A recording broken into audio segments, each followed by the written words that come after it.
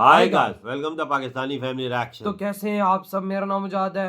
मेरा नाम नदीम। यार भाई साहब, भारत ने पाकिस्तान का किया पहलगाम अटैक के बाद ऐसा बंदोबस्त कि पाकिस्तान की चीखें पहुंच गई सातों आसमानों तक। वो क्या पहुंच तो चुकी है इनकी चीखें।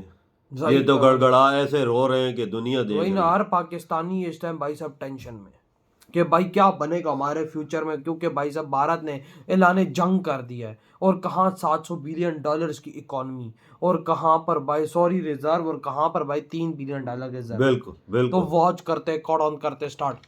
हेलो फ्रेंड्स, मैं गौरव और इंडिया ने पाकिस्तान पर वाटर वॉर डिक्लेयर कर दिया है। 62 सालों तक शांत रहने के बाद फाइनली इंडिया ने पाकिस्तान को एक रेगिस्तान बनाने की धमकी दे दी ये है। बहुत बड़ी अब वो बूंद बूंद पानी रोक धमकी करके क्या दिए, कर मैं भी दिया। पंजाब के, जम्मू कश्मीर के, हिंदुस्तान के किसानों के लिए वो पानी लाने के लिए कृतसंकल्प। अब अगर ऐसा हुआ ना तो पाकिस्तान की 75% आबादी तक पानी पहुंचना बंद हो जाएगा। इनफैक्ट इंडस के बिना तो पाकिस्तान एक रेगिस्तान ही बन जाएगा, क्योंकि पाकिस्तान का 90% फूड प्रोडक्शन और 25% जीडीपी इसी नदी पर डिपेंडेंट है। और ये डिपेंडेंसी अगर देखा जाए ना तो कोई आज की डिपेंडेंसी नहीं है, बल्कि पार्टीशन के बाद से ही पाकिस्तान इस पर हमेशा डिपेंडेंट रहा है। लेकिन everything change after the 1948 Indo पाक वॉर। इस वॉर के बाद ना इंडस वाटर शेयरिंग पर एक ट्रीटी की जरूरत पड़ गई।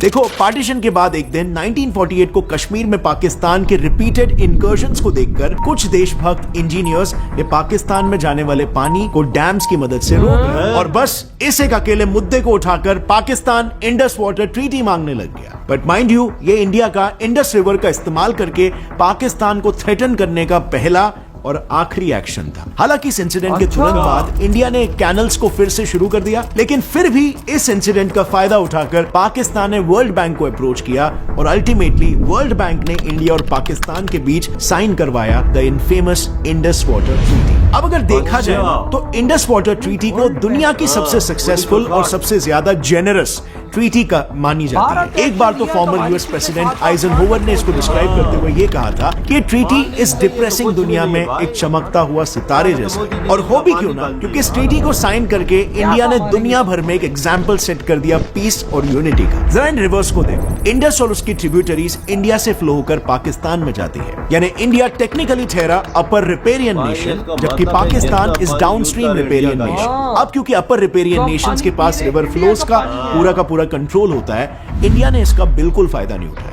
उल्टा ये एडवांटेज होने के बावजूद भी इंडस की ये 3 ट्रिब्यूटरीज इंडस, झेलम और चीनाब पाकिस्तान के हिस्से में गई और बस ये 3 ट्रिब्यूटरीज द रावी, बियास और सुतलेज इंडिया को मिली। अब सुनने में ये बंटवारा एकदम एग्जैक्ट हाफ लगता है ना? लेकिन अगर असल में देखा जाए तो इस डिवीजन की वजह से इंडस वाटर के 168 मिलियन एकड़ फीट में से इंडिया को सिर्फ 33 मिलियन एकड़ फीट ही मिला, यानी कि सिर्फ 20%। और ऐसा लिटरली पहली बार हुआ है जब किसी अपर रिपेरियन कंट्री ने अपने हिस्से में से विलिंगली रिवर का इतना कम हिस्सा रखा हो अपने पास। इंडिया को सिर्फ 20% इंडस वाटर पर समझौता करना पड़ा। पर आखिर ऐसा क्यों? ऐसी भी क्या मजबूरी थी? वेल, इसे जानने के लिए ना हमें थोड़ा सा रिवाइंड करना होगा इस ट्रीटी के फॉर्मुलेशन के टाइम पर नेगोशिएशंस पर। तो जैसे कि आपने पहले जाना था, पाकिस्तान को 2 देशों के बीच इस बायलैटरल मुद्दे में थर्ड पार्टी को इन्वॉल्व करना जरूरी था। पाकिस्तान के प्राइम मिनिस्टर जिन्ना ने तो ये तक कह दिया था कि पाकिस्तान पूरी तरीके से डेजर्ट बन जाएगा, वो चलेगा,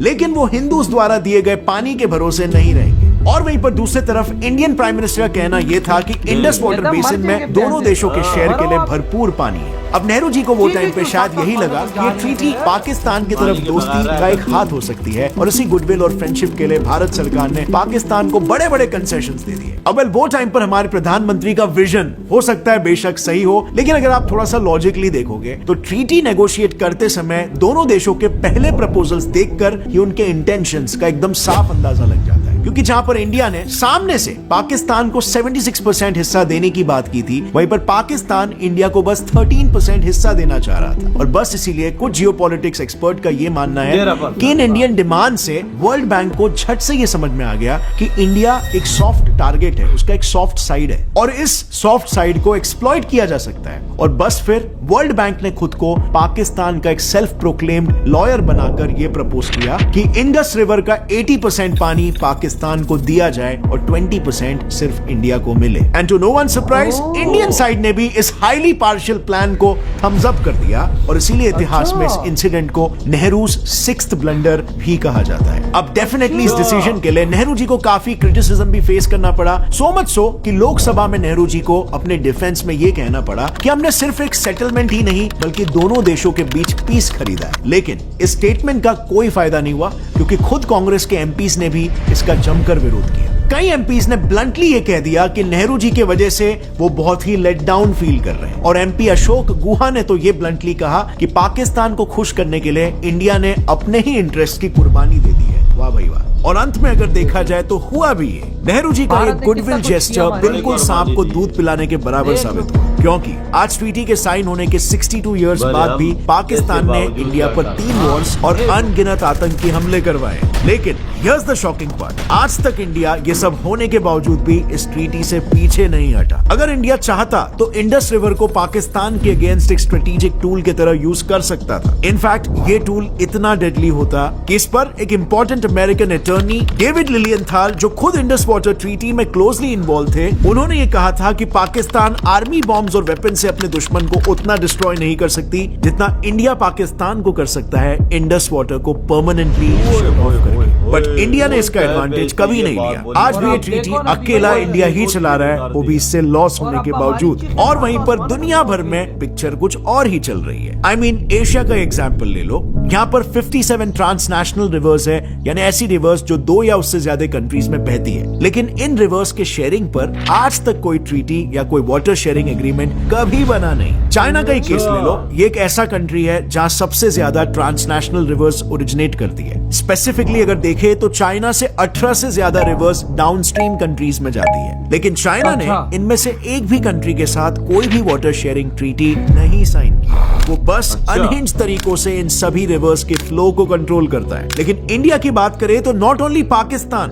बट हमने बांग्लादेश के साथ भी वाटर शेयरिंग ट्रीटी साइन कर रखी है और हम एशिया में ऐसा करने वाले इकलौते देश है। और जब IWT साइन हुआ था यानी कोल्ड वॉर के टाइम, तब यूएस पाकिस्तान के बायलैटरल रिलेशंस काफी स्ट्रॉन्ग थे और इसीलिए ये ट्रीटी ऑब्वियसली पाकिस्तान के ही फेवर में थी। एंड रिसेंटली भी ये बायस क्लियरली दिखा जब वर्ल्ड बैंक ने वर्ल्ड हंगर इंडेक्स को रिलीज किया और इसमें इंडिया को पाकिस्तान से नीचे प्लेस किया गया। मतलब कैन यू इमेजिन, इंडिया को पाकिस्तान से भी ज्यादा हंगर प्रोन बता दिया। और इस रीसेंट इशू पर इंडिया ने वर्ल्ड बैंक को ओपनली कह दिया कि उसे इस मैटर में इंटरफेयर करने की कोई जरूरत नहीं है। अब ये जवाब तो वर्ल्ड बैंक को था, क्योंकि आज तक इंडिया को जो 20% इंडस वाटर अपने हिस्से में मिलता था उसमें भी हम सिर्फ 93% ही यूज कर रहे थे और बाकी का 7% पानी हमारे हिस्से में से भी हम पाकिस्तान में बह जाने दे रहे थे। साथ ही में हम इंडस वाटर से सिर्फ 8 लाख एकड़ के एरिया को ही इरिगेट कर रहे थे, जबकि हमें ट्रीटी के अंडर 13.2 लाख की परमिशन दी।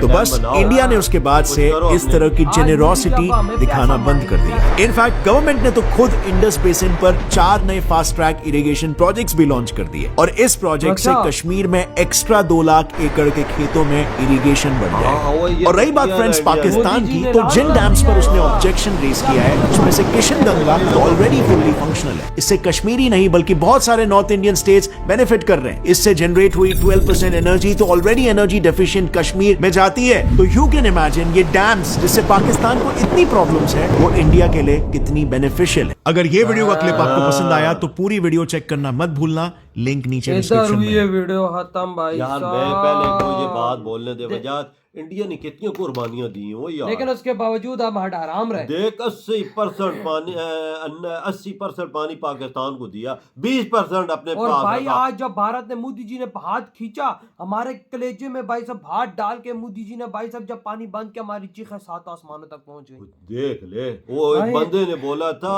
बहुत पहले की बात है, उसने बोला था कि पाकिस्तान को बमों से ना मारो, इसको बस एक तरी पे मारना काफी है, अगर इसका पानी इंडिया ने रोक दिया तो समझिए ये खुद बहुत मर जाएगा। और वही चीज आज मोदी जी ने कर दी है भाई।